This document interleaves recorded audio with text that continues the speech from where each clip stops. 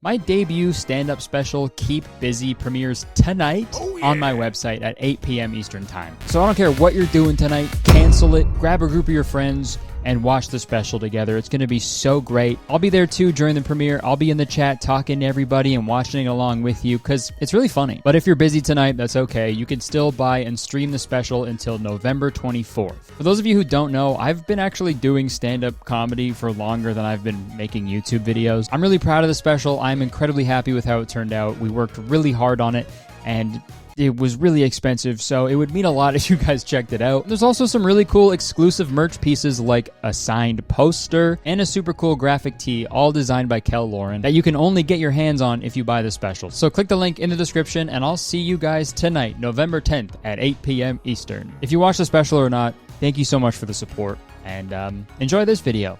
See ya.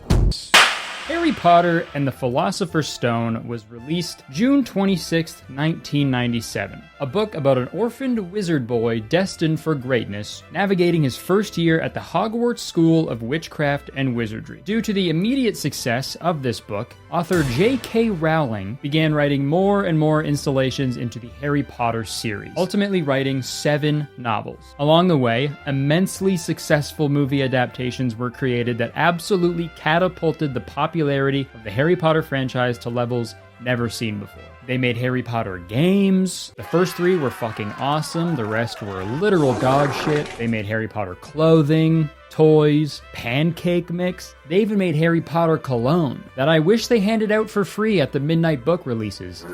You. I'm just kidding. But not really. I saw the first Harry Potter film in theaters when I was 7 years old, and I immediately fell in love with it. I remember it was November when it came out, and it hadn't snowed yet that year, and it wasn't supposed to snow for like another week. But when me and my family walked out of the movie theater, it was fucking snowing, dude. And I freaked out because I thought it was magic. But looking back now, it was just a classic case of weathermen being wrong all the time. I then started reading the books after I saw the first movie, but then I realized video games and skateboarding existed. So I just did that instead while I waited for the rest of the movies to come out. And let me tell you, dude, I was a huge Harry Potter fan growing up. I played all the video games. Dude, I got sorted into my Hogwarts house on the original Harry Potter Flash website. I also did Hogwarts roleplay on Habbo Hotel, but I'm not gonna divulge any further details about that. I kept up with the Harry Potter franchise up until the last movie's 2011 release, and it felt cool watching the finale to the series that I grew up watching. Seeing the characters I grew up with also dealing with the same issues I was dealing with while becoming a young adult. I mean, not all the same issues, obviously. I mean, like evil Snake Man trying to kill you. Happens to every teenager, man. And when the credits rolled on the final movie,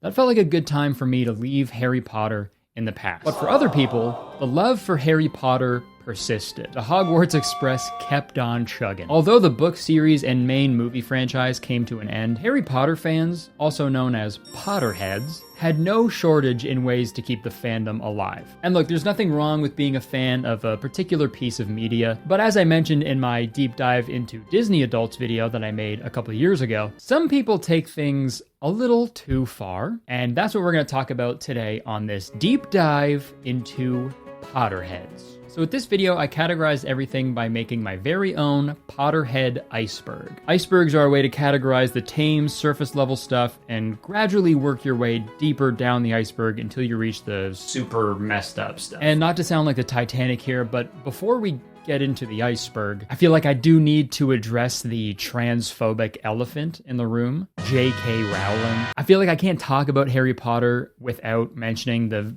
many controversies surrounding the series author, J.K. Rowling. One of the tame criticisms of J.K. Rowling is how she, retroactively adds shit to the Harry Potter series. Like a couple years ago when she was like, oh yeah, Dumbledore is gay, by the way. Did I not say that? Did I not tell you guys that? Yeah, the last lines of the final book were actually supposed to be, the scar had not pained Harry for 19 years. All was well. Dumbledore was gay. But I ran out of time.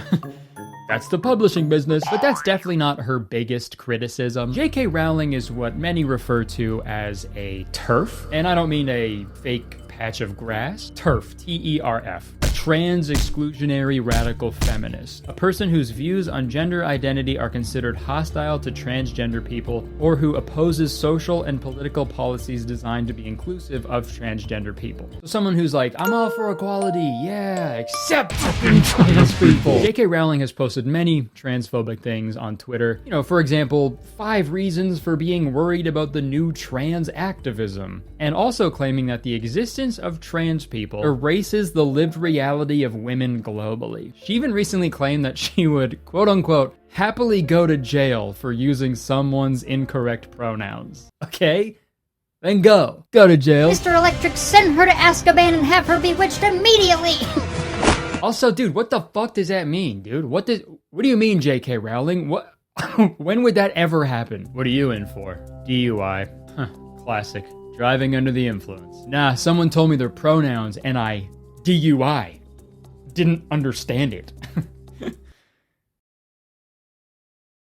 Okay, fine, I grabbed a cop's gun. And all of those transphobic comments are pretty crazy things to say, especially when the main themes in your 7 children's novels were love, acceptance, and belonging. You know, I'd like to believe, since JK's full name is Just Kidding, I assume, that these are all just fucked up jokes, but unfortunately, they're not. She's being serious. And following these statements, a ton of cast members of the Harry Potter films spoke out against her hateful rhetoric and distanced themselves from the franchise. And since then, the topic of separating the art from the artist is always prevalent when anybody is discussing anything related to Harry Potter. And I'm not going to sit here and tell you, what content you should or shouldn't consume. Unless it's my comedy special that premieres tonight, you absolutely should consume that. But when it comes to consuming Harry Potter content that directly supports J.K. Rowling monetarily, I don't know, maybe just don't do that. Life's fine without Harry Potter, It's the fucking same. If you really want to watch children go to school that bad, I don't know, dude. That's a whole other problem you got to deal with. Like, being a die-hard Potterhead pre-transphobia was already, like, a side-eye. But now, dude? That's not a fucking side-eye. That is what's more than, like, a back eye. Fully all the way around. This is me back-eyeing you. Criminal offensive back eye. Okay, sorry. I just feel like I couldn't really make a Harry Potter video without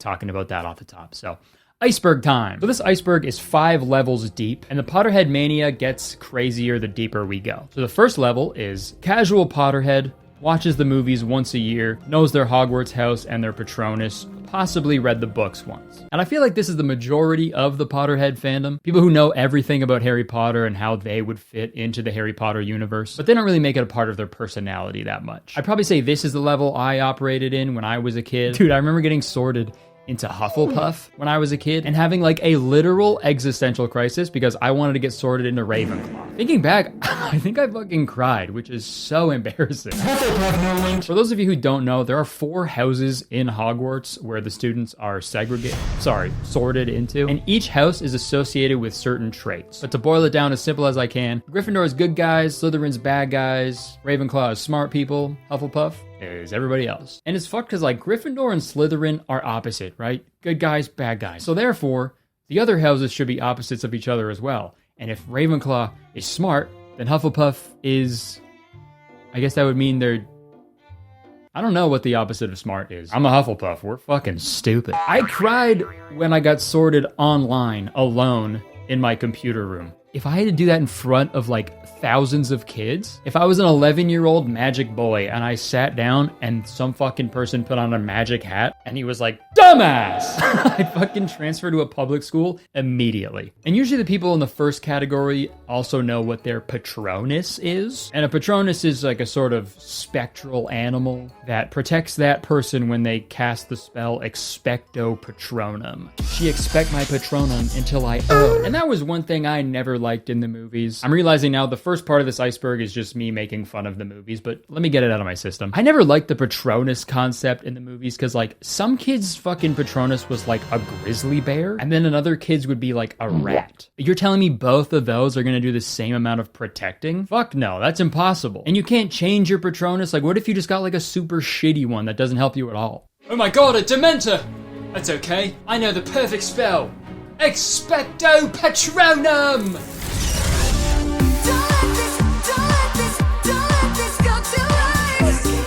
What the fuck is that? That's my Patronus. He's an early 2000s breakdancer. I thought a Patronus was supposed to be an animal. I'm an animal on the dance floor, brother. Okay, well, I'm gonna kill you now. Patronus, are you gonna do anything? Okay, let's move down one more level of the iceberg. The next level is genuine Potterhead. Watches the movies several times a year and they've read every book. They straight up bring butterbeer to a pre-drink and have their own wand. They have at least one Harry Potter tattoo.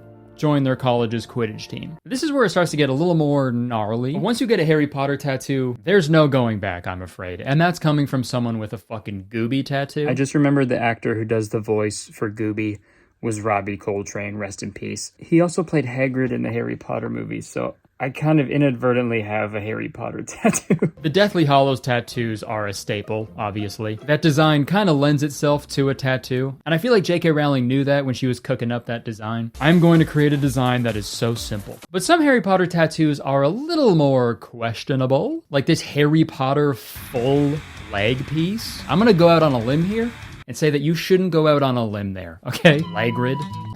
I also found a Harry Potter forehead tattoo of the number 7 with Harry Potter's face in the number. Absolutely fucking unhinged tattoo to get. It's called a forehead, not a 7 head. Must be a Hufflepuff. I assume she got the number 7 because that's how many books there are, but like, dude, could you imagine if J.K. Rowling, surprise, dropped an 8th book? This person would be fucked.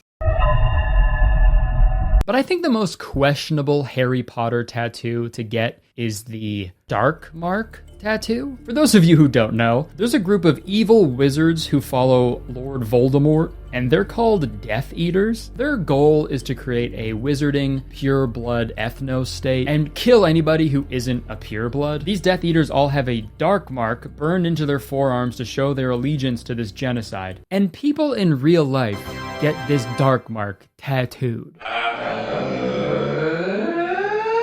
What the fuck? And look, you can say it's just fiction all you want, but the message is still the same. It's a genocide. It represents a genocide. If someone has a fucking swastika tattoo, they're not going to be like, oh, I just like the movie Inglourious Bastard. Obviously, I'm not saying anybody with a dark mark tattoo is a Nazi, but like out of all the things from Harry Potter to get tattooed, that's the thing you got? I'm giving you another back eye. But the last line of this level that I want to talk about is the college Quidditch team, because I had no idea that this was a real thing. In the Harry Potter series, there's a popular sport called Quidditch where everybody flies around on broomsticks and the chasers try to throw the quaffle through the hoops, and the keeper tries to block the quaffle from going in the hoops, and the whole time there's these beaters that try to bat away the bludgers that are flying around trying to hit everybody, and there's also these 2 seekers who try to fly around and catch a little magic ball called the golden snitch, because if they catch it, they win the game. If anybody said what I just said pre-Harry Potter, they'd be put in a fucking straitjacket, dude. Yeah, so there's a quaffle, bludgers, chasers, beaters, but believe it or not,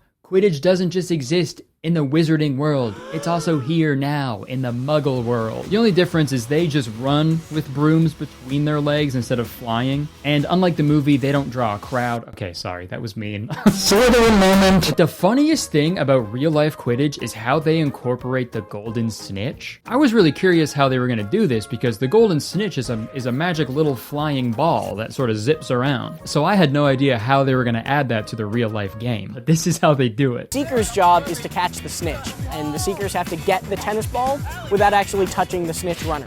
The Seekers have to go look for me out on campus. Dude, some poor bastard dresses up in all gold, and the Seekers have to just hunt him down and find him somewhere on the campus and grab a tennis ball out of the weird sock that's hanging from his groin, and that's how they win the game? What the fuck? That might be the funniest thing I've ever seen. Just 2 dudes holding a broomstick between their legs running around a college campus like, where is it? Where the fuck is that son of a snitch? Like, do you try out to become a snitch? Like, how can't be the thing that you want it to be, right? Or maybe it is, I don't know. Like, I wonder who like the best snitch ever was. You know, that is a sports docu-series that I would watch front to back. Welcome back to Snitch, a Golden Story, where we learn about the trials and tribulations of Tyler, the best snitch the world of real-life Quidditch has ever seen. Tyler was the best snitch I've ever seen. Nobody could ever find him. I've been a seeker on my college's Quidditch team for 10 years. You've been in college for 10 years? Yeah. In the 4 years that Tyler played, he was never found. Nobody could ever find him on campus, not once. It's crazy, but sometimes I think he actually might be magic. Every sport has their greats. Michael Jordan, Tiger Woods, Mike Tyson. But I think another name needs to be added to that list. Tyler. And in a Snitch, a Golden Story exclusive, we've secured the very first on-camera interview with the Golden Snitch himself, Tyler. How are you able to elude every Quidditch player for all those years? Oh, dude, it was so easy. All I had to do was go to the one place a Harry Potter fan will never go.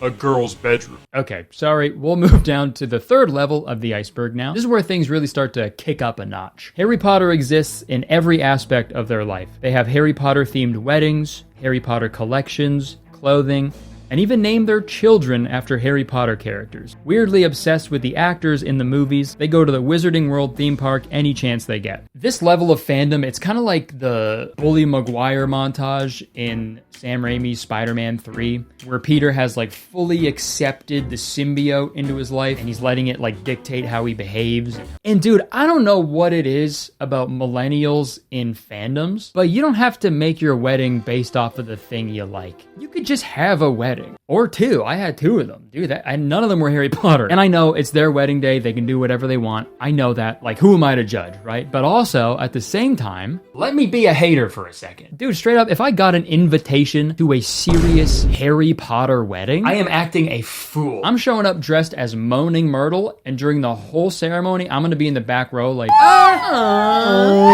don't invite me to a Harry Potter wedding, or else I might cast my Patronus at the reception. Also, the part where they have Harry Potter collections, I'm not saying that's bad. I've got a crazy, stupid collection of a bunch of nerdy-ass bullshit, so I can't make fun of anybody in that sense. But naming your child after a Harry Potter character? That I can make fun of. Dude, there are countless articles online giving examples of, like, Harry Potter names for babies. What are we doing? If you're naming your baby Lucius, or Severus, or Bunty? That is child abuse. And I am so serious. You are ruining that baby's life before it even takes its first breath, dude. Not even the actors in the movies would do that. And they were in the movies. Speaking of the actors, this is a good time to talk about the other line in this level. Weirdly obsessed with the actors in the movies. Like how a Harry Potter fan legally changed his name to Lucius Malfoy and sent a letter to the actor Tom Felton, who plays Draco Malfoy, the son of Lucius Malfoy. And this Harry Potter fan who changed his name to Lucius wanted Tom to change his name to Draco Malfoy legally, so this new guy named Lucius Malfoy could legally adopt Tom Felton. That's so fucking weird. And also, I don't think it works like that. If some kid also has the last name Connor, can I just adopt him legally? Is that true?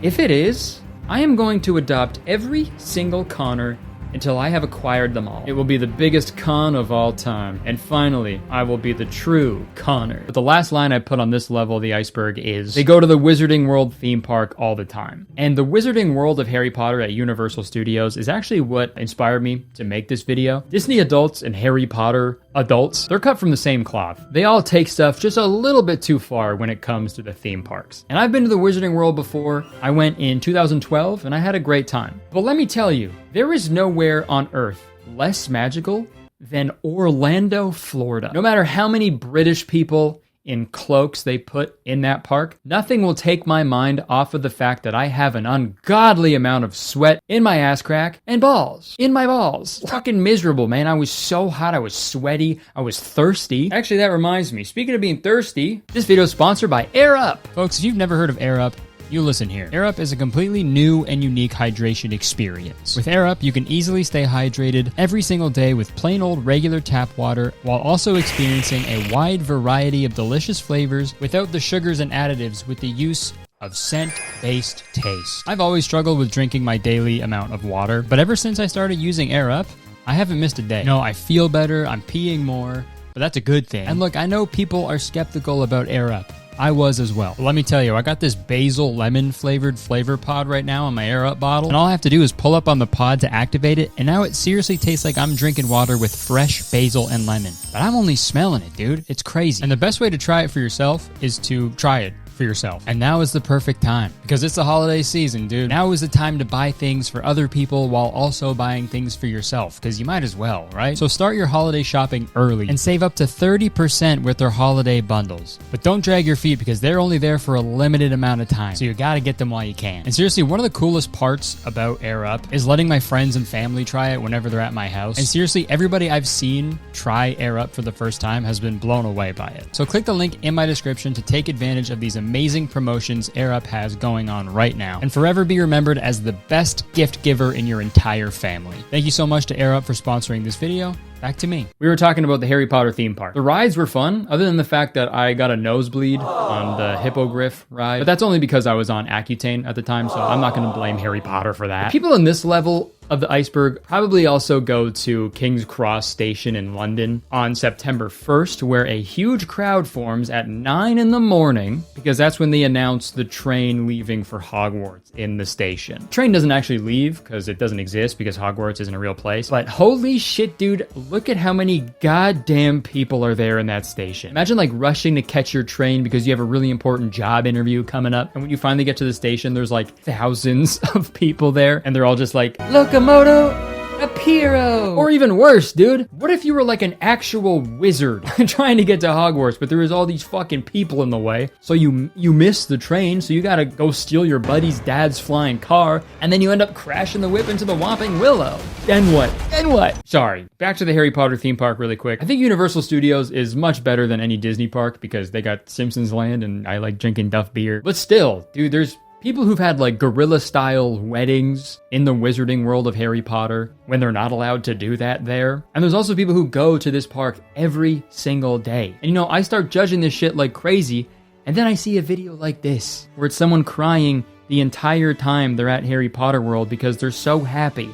And then I feel like an asshole. Maybe being a Potterhead isn't so bad. If a piece of media can bring someone this much happiness, then maybe there's nothing wrong with it at all. Maybe we just need to accept some people... Oh, wait. Sorry, I just remembered the last level of the iceberg. Disregard what I was just saying. Let's keep going. The second last level we have is they genuinely believe Harry Potter is real. They write their own Harry Potter fan fictions. They call people muggles, unironically. Well into their 30s, but still waiting on a Hogwarts acceptance letter in the mail. Actually enjoys the Fantastic Beasts films? Question mark, question mark, question mark? The last line is the most egregious of all because that movie sucked. I watched it on a plane. I've never wanted to skydive so bad in my life. And this level of the iceberg is the point of no return for Potterheads. This is when the delusion fully consumes them and they genuinely believe that they are legitimate wizards. Like this. Let's look at this one Facebook post from Potterheads for Life. Harry Potter International Day. In memory of all those who died during the Hogwarts battle. Today is May 2nd, the day of the Battle of Hogwarts. The day that Harry, Ron, and Hermione snuck back into Hogwarts and destroyed the Horcruxes. The day that Harry finally defeated Voldemort. The day we could see the real courage and sacrifice. We will never forget everyone who fought in the war and all those who died. Fred Weasley, Nymphadora Tonks, Remus Lupin,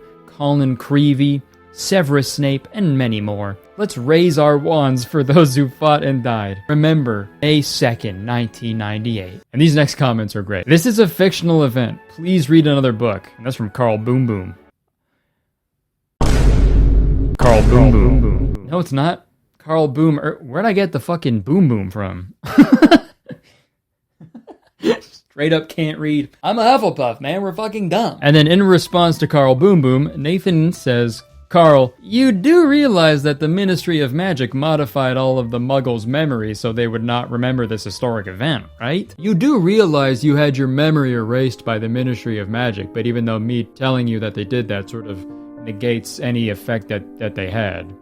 Right? I totally get, submersing yourself into a piece of media, as a form of escapism and stuff. But like, it's wild to genuinely believe that Hogwarts exists, dude. I talked about this in my Internet's Most Absurd Lies video, but someone posted a video saying that they actually received an acceptance letter from Hogwarts. And they were being 100% serious. Like, there are people out there who genuinely think Harry Potter is real. And I don't think it's like funny or cute. At a certain level, it's like harmful, I think. And you'll agree after you read this. I found a Reddit post in r/Harry Potter that is super messed up. If it's real, I hope it's not. I hope I'm getting fucking pranked, but here it is. Since our daughter was 5 and my wife and I first started reading her the Harry Potter books, we have told her that she is a witch and that the wizarding world is real. She is almost 8, and as her questions have gotten deeper, we've kept building the illusion with more details about our family, genealogy, and its connection to book characters, stories about times we use magic, and the life and moral lessons we learned about it. She has processed many difficult subjects like racism, climate change, and even the coronavirus through this lens. Before other parents judge or lecture, we know it's gaslighting and that eventually she'll be disappointed and have trust issues with us when she learns the truth. We justify it that we are adding magic to her childhood and giving her motivation to reach her full magical potential, since she needs to study hard to be accepted to Hogwarts. We've asked serious questions of her teachers, and they think it's more awesome and creative than damaging. At the very worst case, my take is that it's analogous to children being raised to believe that traditional religious stories are true, and that when the truth hits, it will teach her to ask critical questions and not accept everything she hears or reads at face value. Just absolutely diabolical parenting. This is literally a villain origin story for this child. This is how Voldemorts are made. When this kid actually finds out magic isn't real, they're going to be so angry and betrayed, they're going to be like, Avada Kedavra! And then nothing's going to happen because magic isn't real. Bruh. Also, to compare it to religion and frame it as like a weird lesson to never take things at face value, dude, what a fucking terrible lesson for your child. You're dumb for believing us. We're your parents. You should never believe a word we tell you. Got it? Okay. We love you. This is like a modern version of Plato's allegory of the cave. But instead of an allegory, it's just someone's life. This is like being the last kid that believes in Santa, but a million times worse. Like, I feel like this could escalate to something like really dangerous. Hey Dad, up here! Check it out! Oh my god, what are you doing up there? Get down, right now! No, it's okay, Dad, I'm gonna fly, just like you told me. Here we go! Hey, whoa, whoa, whoa, don't, oh my god! I can't watch! Oh my gosh, I can see everything from up here. Oh my god, you're flying! You're really flying! You are a wizard! No, I think I died when I hit the ground. I'm going to heaven. Yeah. Bye. Ah. Looks like I'm gonna be in the doghouse. And I think the Potterheads at this level take their Hogwarts houses way too seriously as well. I've seen a lot of posts where people will put their like Hogwarts house in their like Tinder and Hinge bios, which I don't know what would compel you to do that. But I also found a YouTube video titled, "These Harry Potter YouTubers have something to say." When I saw that, I was like, damn dude, this is gonna be some hard-hitting shit. This is gonna be some serious stuff they're covering. Let's see what they have to say. One thing that really annoys me about being in Slytherin is that people think we are all bad. Just because we are in Slytherin does not make us bad people. Our house mascot is a blimmin' eagle. It is not a raven. Be called a fake fan from being in Gryffindor because people always assume that you're in Gryffindor house because Harry, Ron and Hermione are in Gryffindor. I think other houses are favorited over Hufflepuff because if you're a Hufflepuff then you're weak or you can't do this or you can't do that. One thing that really annoys me is when I say I'm in the Slytherin house, people think it means I'm in the house of Voldemort. The stereotypical image of us is asking for more homework. Who even asks for more homework? Hufflepuffs are often the butt of jokes. I don't think anyone has heard more jokes about any other house at Hufflepuff. We are so misunderstood and it drives me insane. Dude, none of that is real. It's so fucking funny, dude, to make an emotional video where you all like defend yourselves from the people who criticize the arbitrary labels you've given to yourself. Guys, like if being in a Hogwarts house is this sad and confusing and misrepresentative of what you are, stop. Stop it. Stop labeling yourself as that, dude. Gryffindors aren't just brave and courageous. We're also cool and have a lot of money. The Potterheads at this level of the iceberg will do anything to insert themselves into the Harry Potter universe. And what's the best way to do that? fan fiction. I want to start off by saying there's nothing wrong with writing fan fiction. There are a lot of great fan fictions that are comparable to the source material in terms of quality. Like, for example, a fan fiction titled All the Young Dudes, fan fiction set in the Harry Potter universe that is over 500,000 words long, and it's also created an entire fan base of its own, centered around the older characters in the series' lives as young adults. With any fandom, there's good fan fiction and there's questionable fan fiction. Guys, I could have made an entire video strictly about Harry Potter fan fiction, but I've picked one to take a quick look at. I found a short story titled Harry Potter and the Tumbling Towers. It takes place on September 11th, 2001, and it's about Hermione rushing to New York to save Ron when she finds out about the 9/11 attacks. I'll read a few excerpts. 11th September 2001. Just as she was placing a piece of bread in the toaster, the voice of the newscaster on the television caused her to suddenly drop her cup, which shattered at her feet. We've just received breaking news from the US. Only moments ago, Flight 11 crashed into the North Tower of the World Trade Center. The plane had departed from Portland, Maine, and was scheduled to land in Boston, Massachusetts. American sources say this sudden event could possibly be a terrorist attack. So many thoughts were rushing through her head, making her weak in the knees and forcing her to sit down in the nearest chair. Ron was in New York.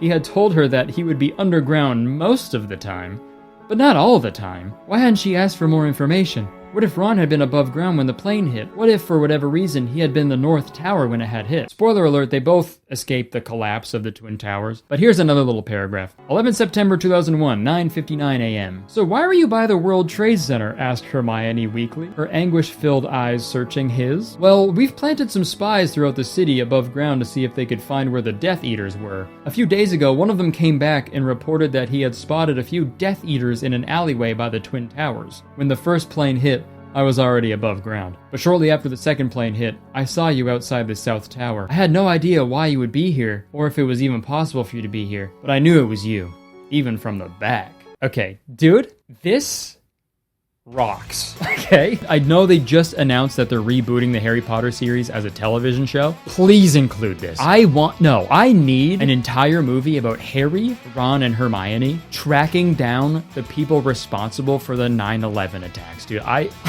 Dude, at one point in the movie, Harry is just like, Osama bin Laden! Holy shit. Think of all like the Fred and George twin jokes they could make in it too. Please, J.K. Rowling, please include that. We'll forgive you if you do that. We won't, but please do it anyway. Okay, holy shit.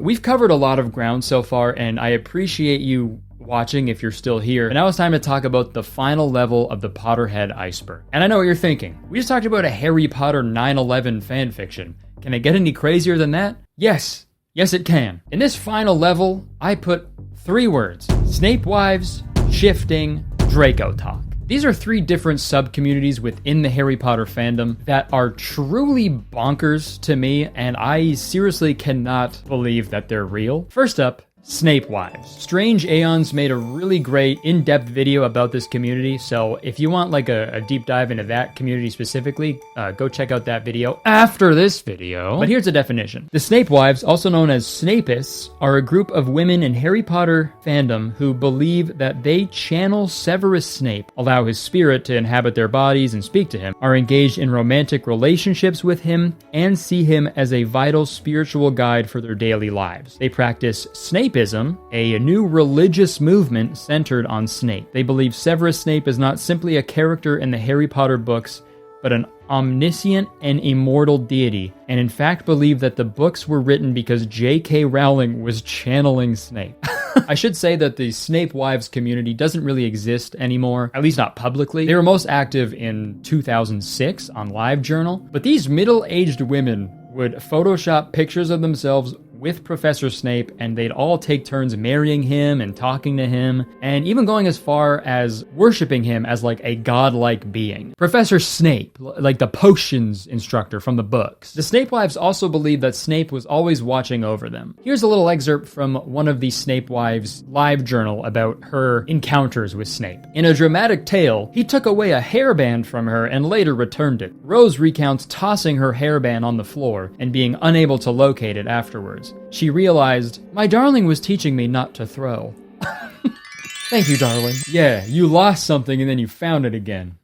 Must have been Snape. Dude, this is such an interesting way to go through life. When anything remotely strange happens to you, you just automatically assume it's the work of some otherworldly, all-powerful entity that has control over everything. Oh, wait. Sorry, a lot of people live their lives that way. But who knows, man? Miracles can occur. Maybe every good thing that has happened to us throughout all of history is because of Severus Snape from the Harry Potter franchise. Here's another example. Snape seems to be particularly useful during burglaries.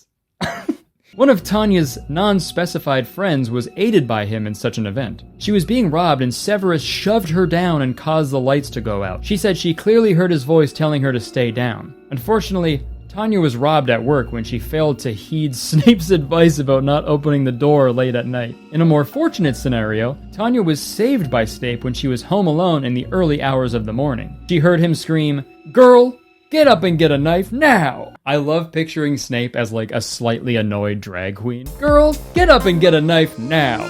And don't fuck it up." But Snape also apparently made his presence known in the physical world pretty frequently. Snape makes his presence in the physical world known in a variety of subtle ways, including through the weather. On January 9th, Tanya looked at her window after being commanded to by Snape. She saw an S shape in the form of fog on the glass. She later found out that Snape's birthday is on January 9th. Strange S-shapes continued to appear in unexpected places after this event. For example, in a vivid recount of March 15th, 2008, Tanya conveyed her excitement of a day spent with Snape's presence. She received a variety of signs from him, such as a string from her carpet forming the letter S. Conchita looked out of a bus window upon a nearly cloudless sky and saw an S formation there also. She kept looking at the cloud S until it vanished, making her miss her stop by some distance. Dude, if a bunch of S's means that Snape is around, these women would have freaked the fuck out if they saw my 3rd grade notebook. I drew that cool looking S a million times a day. Dude, imagine like a Snape wife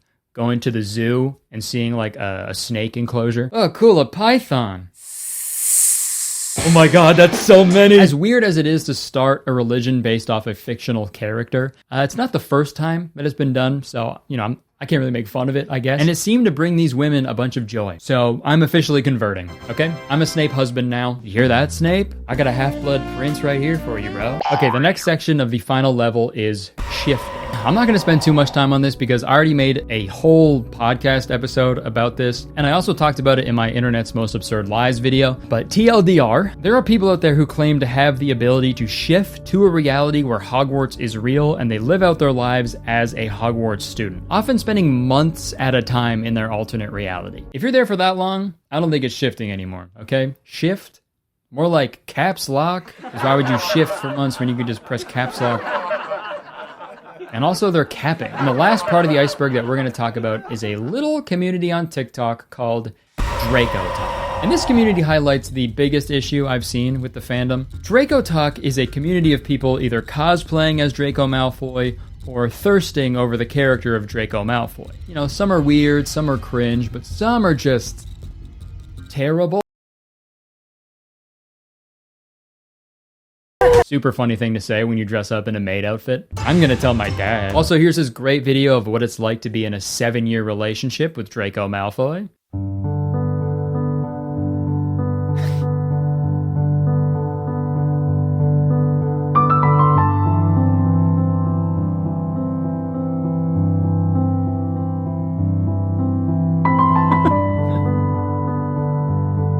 Yay. Seems like he doesn't like you that much. Ladies, don't settle, okay? Wait until you find a man who takes 5 years to hold your hand. And look, you can do whatever you want on TikTok. You can make whatever content that you want to make. But my issue is with the thirst trap edits. More specifically, my issue is with adults on TikTok thirsting over a character who's like at the oldest 17.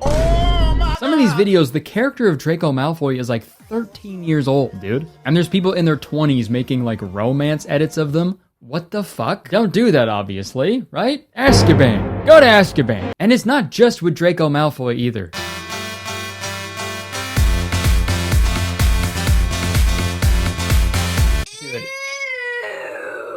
Dude, his name is Harry, not Harry.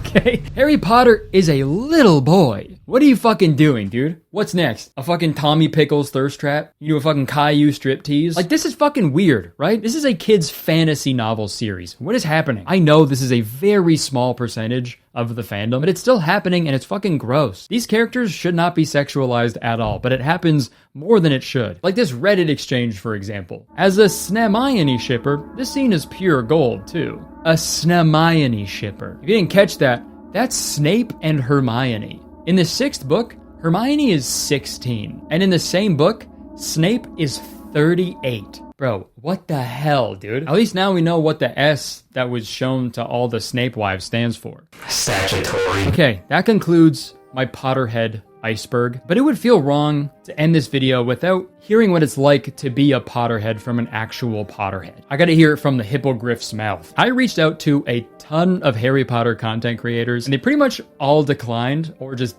didn't respond, which is fine. You know, they're probably busy sweating their balls off in Orlando, Florida. But the more I thought about it, the more I figured the Potterhead I talked to should be a fan who is trying to make Harry Potter more inclusive and LGBTQ plus friendly. And in my research, I found a not-for-profit fan-made web series called The Rise of the Order that puts the LGBTQI plus community at the forefront. I reached out to their team and was connected with Ash, the actor playing young Remus Lupin in the film. So here's my interview with a Potterhead. Enjoy. Okay, welcome everybody to Hogwarts Radio. We're just waiting for our guest today in the studio, Ash, to appear in this magical picture frame. Also, one announcement I've been told to make to the owner of a brown Nimbus 2000. Your broom is currently being towed, and by towed I mean it's been turned into a toad. So I'm sorry about that. Oh. Looks like our guest is here. Okay, wow, looks like our guest Ash is materializing right in front of us. Hello. Yeah, you have to do that with your hands for the spell to work. It wouldn't work otherwise. Some say that wizards need wands. I just need jazz hands. Yeah, you have 10 little wands. I have 10 little wands.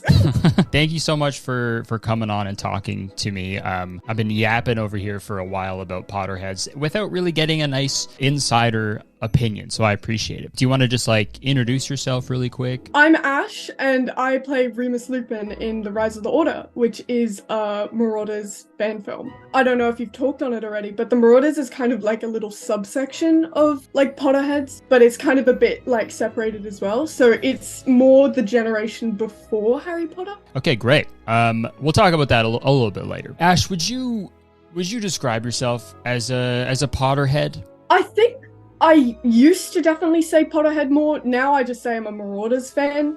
But gotcha. I definitely, I love the world of Harry Potter. So that's kind of a bit the criteria. So what was it about, the Harry Potter franchise that originally, was appealing to you? I think, so obviously Harry Potter's been kind of something that was there since my childhood, and it was just this magical world. It was one of the first book series I read, and I fell in love like most people do with Harry Potter. It's just such a you can kind of see yourself there, you know? As I've grown older, the reason that I've stuck with this magical world is that I've found places in the fandom that I can see more representation that isn't just this little tight thing that you find in the actual books. So yeah, obviously what I wanted to touch on, it's pretty crazy because I feel like now it's like saying in the movies and books, it's like you can't say Voldemort, right? Like you can't say his name and shit, right? Yeah. But now I feel like it's gotten to you can't say J.K. Rowling anymore. Nobody wants to fuck. She has become. No one wants to speak the devil's name. She has become the villain with all of her transphobic turf shit. It's it's gotten really, I feel like it's gotten really weird and difficult for Harry Potter fans. Do you think there is a way for people to be a Potterhead today while also disagreeing with what J.K. Rowling stands for? Yeah, I definitely think though. So sorry. Sorry, I was casting a mumbling spell on you. I think it really depends on you've got to do it right. You can't just ignore it. You can't just pretend that there isn't the history behind J.K. Rowling, and that's actually a present thing happening today, is that she is actively against trans people and supporting anti-trans groups and stuff. So I think it's not something that can be ignored. But there is a right way to do it. I make it very vocal that I don't support her views, but it's not only that I don't support her views, I also don't support her like money-wise anymore. I don't fund anything that I know is going to go into her pockets. And just making sure that if you have a platform where you're engaging in Harry Potter related things, you're making it clear that you don't support those views. Okay, yeah, and I guess that it's true. It's like with how big Harry Potter has gotten, I guess it's so easy to find people who make their own like custom like Harry Potter merch too, and it's probably better than the official shit anyway. So exactly, like supporting small businesses that like have their own merchandise that's not official is great, and that's what I personally do. I want to touch back on what you mentioned earlier. You're playing young Remus Lupin in a series called The Rise of the Order. Mm-hmm. We can talk about that for a little bit. What's like the overall goal with that project? Yeah, so The Rise of the Order is the main goal is to kind of show this world of Harry Potter with representation that we didn't get to see as kids.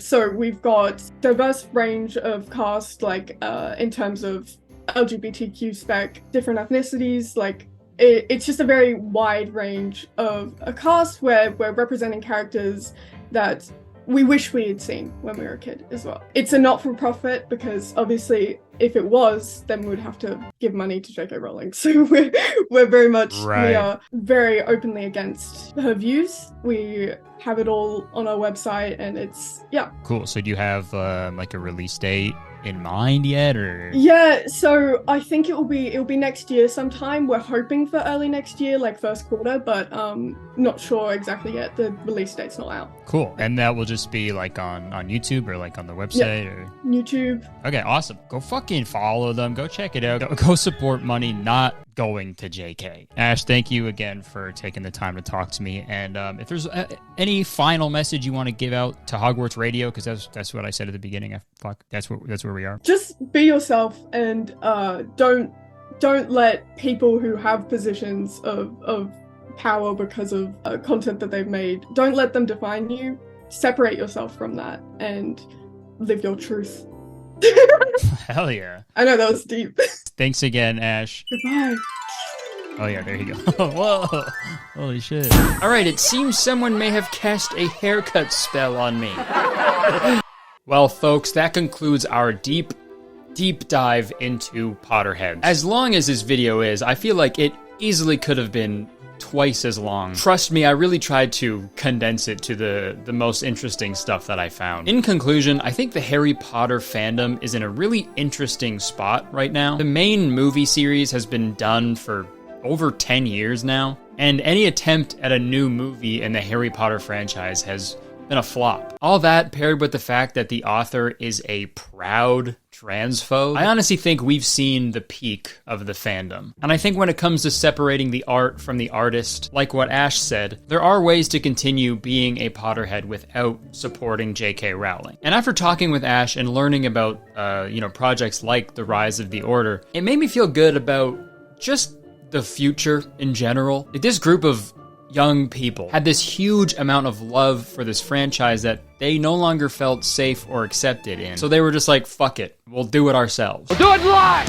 Fuck it! Fucking thing sucks! And that's fucking badass, dude. And I think it's like an extra slap in the face to J.K. Rowling because that's literally a plot to one of the Harry Potter novels. In the Order of the Phoenix, everyone's trying to like control the students and all their opinions are being ignored and invalidated. So the Hogwarts students all say, fuck it, we'll just do it ourselves. Fucking thing sucks! And it's just so weird because obviously I can't deny the positive effect the Harry Potter franchise had on my life growing up. And although it's difficult to navigate being a Potterhead today, it will never be as difficult as navigating King's Cross Station on September 1st. But all jokes aside, Potterheads may seem cringy or weird from an outsider's perspective, but if you try to empathize with them, and if you look hard enough, you might see the letter S. And that means Snape is looking after you. Turn to page 394. Okay, thank you so much for watching this video. I hope you enjoyed it, and if you did, please press the like button. Leave a comment, let me know what you thought of this video. Let me know what you think about being a Potterhead today. And also buy my comedy special, for crying out loud. Seriously, it's super funny. It premieres tonight at 8 p.m. Eastern, but if you can't get there tonight at 8 p.m., it's all good. It'll be available to buy and stream until November 24th. But I'll be there in the chat tonight at 8 p.m., so I will see you there. It's going to be so much fun. I hope you enjoy it. If not, sorry. Okay, I would stick around, but unfortunately, you got to go buy my special. See ya.